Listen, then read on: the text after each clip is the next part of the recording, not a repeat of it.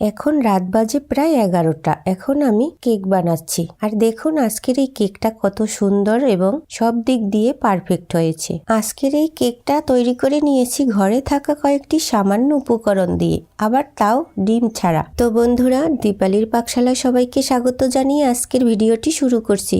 আজকের এই সুন্দর কেকটা তৈরি করার জন্য সবার প্রথমে ক্যারামেল তৈরি করতে হবে। তার জন্য কড়াই বসিয়ে দিলাম। এবার পুরো কেক তৈরি করার জন্য আমি এখানে 1 কাপের একটু কম চিনি নিয়েছি। এই চিনি থেকে আমি কিছুটা চিনি কড়াইয়ে দিয়ে দিলাম। এবার উপর থেকে কিছুটা জল দিয়ে দিলাম। একটু জল বেশিই পড়ে গেছে, আপনারা কিন্তু সাবধানে আরো অল্প করে দিবেন। মিডিয়াম আঁচে অনবরত নেড়েচেড়ে ক্যারামেলটা তৈরি করে নেব। হাতে একটু সময় নিয়ে এই কাজটা করতে হবে। দেখুন মোটামুটি 5 মিনিটের মধ্যেই ক্যারামেল তৈরি হয়ে গেছে আর দেখতে খুব সুন্দর একটা কালারও এসেছে। এবার এর মধ্যে কিছুটা জল দিয়ে দেব। জল দেওয়ার সাথে সাথে জমাট বেঁধে গেছে, এতে ভয় পাওয়ার কোনো কারণ নেই। আস্তে আস্তে মিডিয়াম আঁচে জাল দিয়ে ক্যারামেলটা তরল করে নেব। এই ক্যারামেলটা দেখতে লাগছে একদম লাল চায়ের মতো, আবার কিছুটা গুড়ের জলের মতো, তাই আরো কিছুক্ষণ ফুটিয়ে ঠান্ডা করে নেব। এদিকে ক্যারামেল ঠান্ডা হতে থাক আর আমি অন্যদিকে পরবর্তী কাজগুলো সেরে নিই। আমি এখানে মোটামুটি একটা বড় পাত্র নিয়েছি। এবার এই পাত্রের মধ্যে সমস্ত উপকরণগুলো একে একে দিয়ে দেব। নিয়ে নিচ্ছি 1 থেকে 1.5 কাপ পরিমাণ আতপ চালের গুঁড়া। এটা কিন্তু দোকানের শুকনো চালের গুঁড়া। এই চালের গুঁড়াটা অবশ্যই কিন্তু চেলে নিতে হবে। এবার দিয়ে দিচ্ছি 10 টাকা দামের 2 প্যাকেট গুঁড়া দুধ। এবার স্বাদমতো একটু লবণ দিয়ে সমস্ত শুকনো উপকরণগুলো ভালো করে একটু মিশিয়ে নিচ্ছি। তারপরে দিয়ে দিচ্ছি সাদা তেল। আমি এখানে 3 চামচ সাদা তেল নিয়েছি। আমি একটা ভিডিওতে দেখেছিলাম কেকের মধ্যে তেলের পরিমাণ বেশি দিলে নাকি কেক সফট এবং সুন্দর হয়। তো বন্ধুরা, এটা একদমই কিন্তু ভুল কথা। তেল দিয়ে চালের গুঁড়ার সঙ্গে ভালো করে মিশিয়ে নিয়েছি। এবার দিয়ে দেব উষ্ণ উষ্ণ ক্যারামেল। ক্যারামেলের মধ্যেই কিন্তু আমি বাদবাকি চিনিটা দিয়ে গলিয়ে নিয়েছি।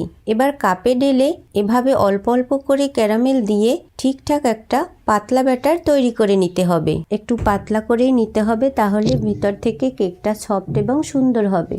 এবার দিয়ে দিচ্ছি এই চামচ মেপে 1 চামচের 3 ভাগের 1 ভাগ খাবার সোডা, আর তার সঙ্গে দিয়ে দিচ্ছি 1/2 চামচ পরিমাণ বেকিং পাউডার। বেকিং সোডা আর বেকিং পাউডার ছাঁকনিতে চেলে নেওয়ার পরে দেখুন কিছুটা গোটা গোটা রয়েছে দলা পেকে, এগুলো কিন্তু ফেলে দেব। এবার হালকা হাতে একটু মিশিয়ে নিচ্ছি। মিশিয়ে নেওয়া হয়ে গেলে এর মধ্যে দিয়ে দিচ্ছি 1/2 চামচ পরিমাণ গরম মশলার গুঁড়া।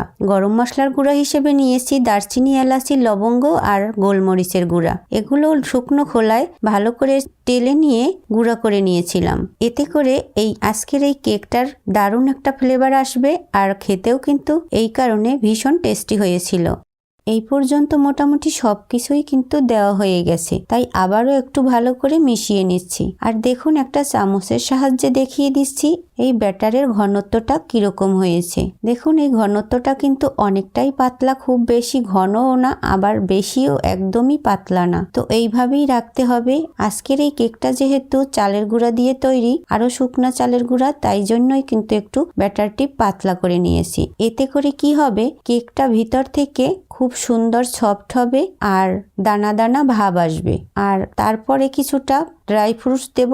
এই যে দেখুন এখানে একটা আমি কুকারের বাটি নিয়েছি, আর এই বাটিটাতেই আমি মাঝে মধ্যেই কেক বানিয়ে থাকি। বাটির মধ্যে প্রথমে একটু ভালো করে তেল লাগিয়ে নিয়েছি। তার উপরে একটা বাটির মাপে সাদা খাতার কাগজ গোল করে কেটে বসিয়ে দিলাম। আর এবার উপর থেকে আবারও একটু সয়াবিন তেল দিয়ে ভালো করে বাটির চারপাশে আর কাগজের উপর লাগিয়ে নিচ্ছি। এবার রেডি করা ব্যাটার আবারও একটু ভালো করে মিশিয়ে এই বাটির মাঝ বরাবর উপর থেকে ঢেলে দিচ্ছি। এবার এর মধ্যে দিয়ে দেব অল্প কিছু ড্রাই ফ্রুটস। এটা আমার নিজের হাতেই তৈরি করা। এই ড্রাই ফ্রুটসের সঙ্গে আমি একটু ময়দা মিশিয়ে নিচ্ছি। এতে করে এই ড্রাই ফ্রুটসগুলো একদম নিচে চলে যাবে না। এবার একটা চামচ দিয়ে ভালো করে একটু মিশিয়ে নিচ্ছি। মিশিয়ে নেওয়া হয়ে গেলে এবার উপর থেকে এভাবে একটু আস্তে আস্তে করে কয়েকবার ট্যাপ করে নিতে হবে। এতে করে যেটা হবে, ব্যাটারটি ভালোভাবে সেট হয়ে যাবে। এবার হাঁড়ির উপরে ঢাকনা দিয়ে হাই হিটে প্রি হিট করে নেব। মোটামুটি 4-5 মিনিটের মধ্যেই কিন্তু হাঁড়িটা একদম গরম হয়ে গেছে। এবার ঢাকনা খুলে এর মধ্যে কেকের বাটিটা বসিয়ে দেব। কেকের বাটি বসানোর আগে মিডিয়াম টু লো ফ্লেমে স্টোভের আঁচটা রাখতে হবে।